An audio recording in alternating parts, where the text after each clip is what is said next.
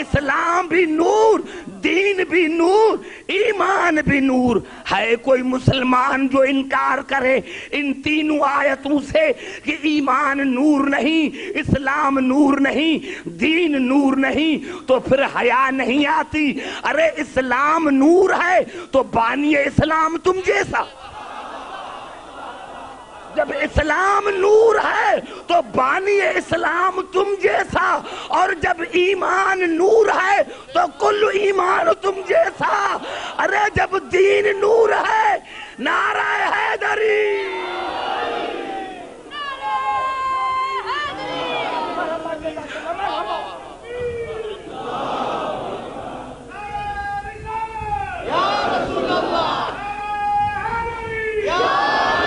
سمجھ میں آئی بات؟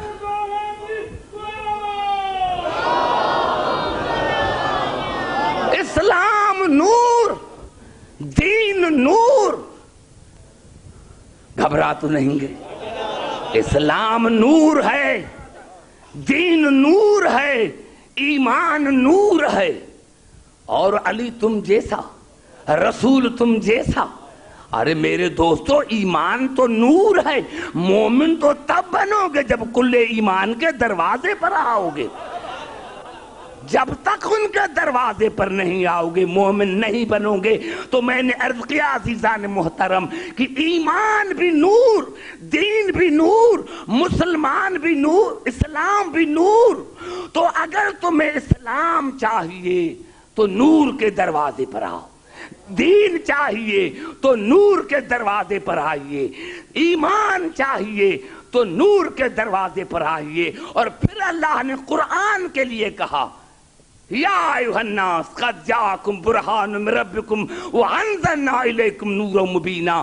یہ قرآن بھی نور ہے، قرآن نور ہے۔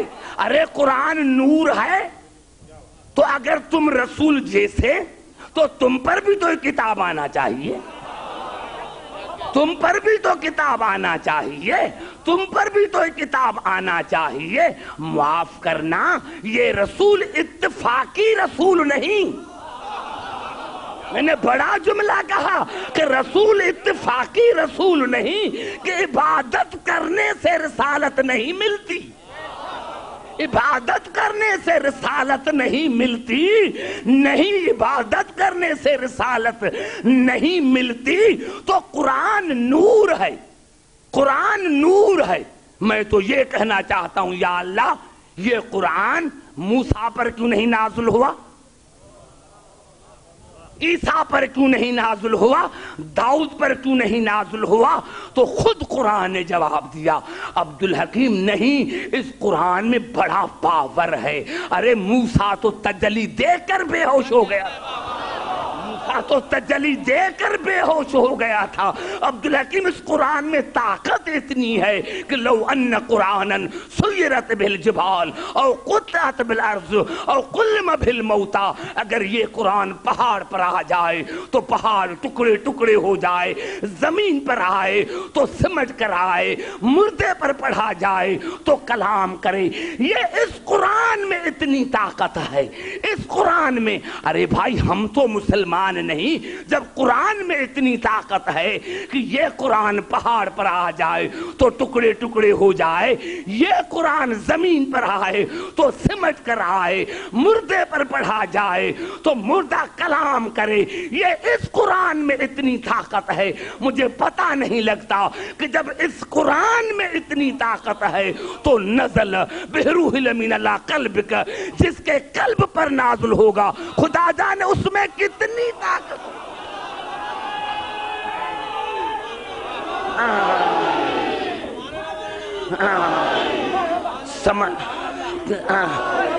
جب قرآن میں اتنی طاقت ہے، قرآن میں اتنی طاقت ہے، اور میرے دوستو میں نے عرض کیا کہ ہم تو دنیا کے نظر میں کچھ نہیں۔ جاؤ پہاڑ پر قرآن کو لے کے جاؤ، دیکھیں ٹکڑا ہوتا ہے۔ ارے قرآن مسجد میں اتنے پڑے ہیں، کبھی مسجد سمجھ کر نہیں آتی، مردے پر پڑھو۔ ارے تم تو قرآن اس وقت پڑھتے ہو جب کوئی مرتا نہیں،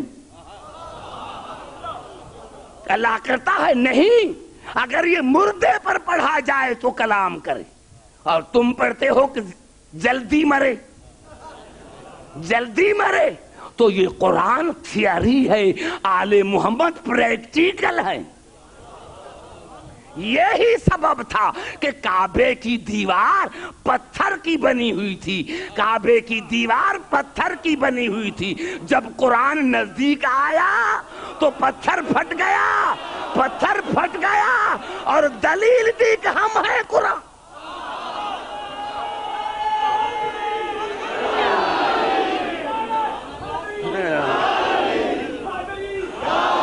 یہی سبب ہے میرے دوستوں. رسول نے کیوں چھوڑا تھا علی کو مدینے میں؟ جب رسول کو پتا تھا کہ خیبر علی کو فتح کرنا ہے. ارے خدا کی قسم، رسول ارادہ کرتا تھا دنیا میں کوئی یہودی نہ رہتا، پھر علی کو کیوں چھوڑ کر گئے؟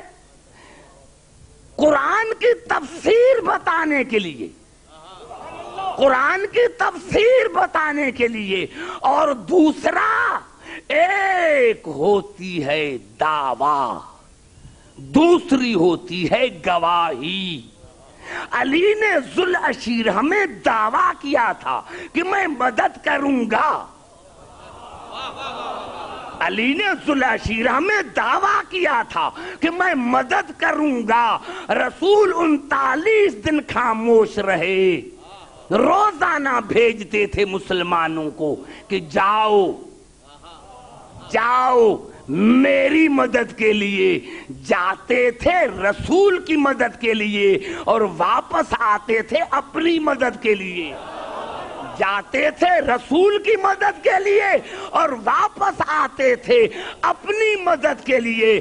رسول نے 39 دن پریکٹیکلی مسلمانوں کو بتایا کہ مسلمانوں، جن صحابوں کی مدد مجھے کام نہیں آئی وہ تمہاری کیا مدد کریں گے، وہ تمہاری کیا مدد کریں،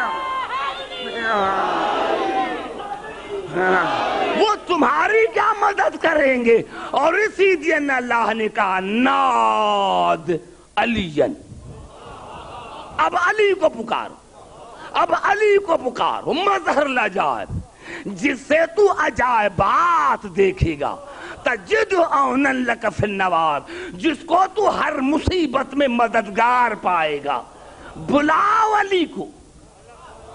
میرے دوستوں، میرے بزرگوں، سارے پڑھے لکھے ہو، محمد آل محمد نے کوئی بات عقل کے خلاف نہیں کی. اب کچھ پڑھتے ہیں کہ علی ہوا میں اڑ کر آیا. یہ غلط کہ سلمان دیکھ رہا تھا آسمان کی طرف، سلمان دیکھ رہا تھا آسمان کی طرف اور کہا علی اڑ کر آئے گا. غلط، یہ عقل کے خلاف ہے. خدا کی قسم جب میرے مولا سے پوچھا گیا کہ مولا اتنا مدینہ دور تھا، آپ خیبر میں کیسے پہنچے؟ تو آپ نے فرمایا کہ عبدالحکیم، تم نے قرآن حکیم کی یہ آیت نہیں پڑھی، لو ان قرآنا سیرت بالجبال اور قطعت بالارض. یہ وہ قرآن ہے کہ اگر زمین پر آئے تو زمین سمٹ کر آئے. عبدالحکیم، میں نے ارادہ کیا زمین سمٹ کر آئے.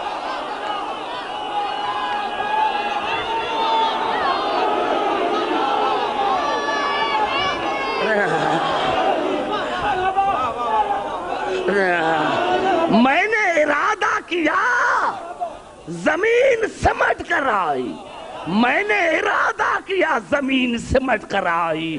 تو عزیزان محترم، یہی میں عرض کر رہا تھا اور پوری توجہ جا رہا ہوں کہ قرآن نور ہے، دین نور ہے، اسلام نور ہے، ایمان نور ہے.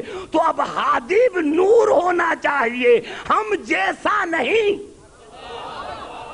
ہم جیسا نہیں، ہم جیسا نہیں، ہم جیسا نہیں. اسی لیے اللہ نے سورۃ یونس میں ارشاد فرمایا هو الذی جعل الشمس ضیاء والقمر نورا. یہ سورج بھی نور ہے، یہ چاند بھی نور ہے. سورج بھی نور، چاند بھی نور. اب کھائے کسی مسلمان کو اعتراض؟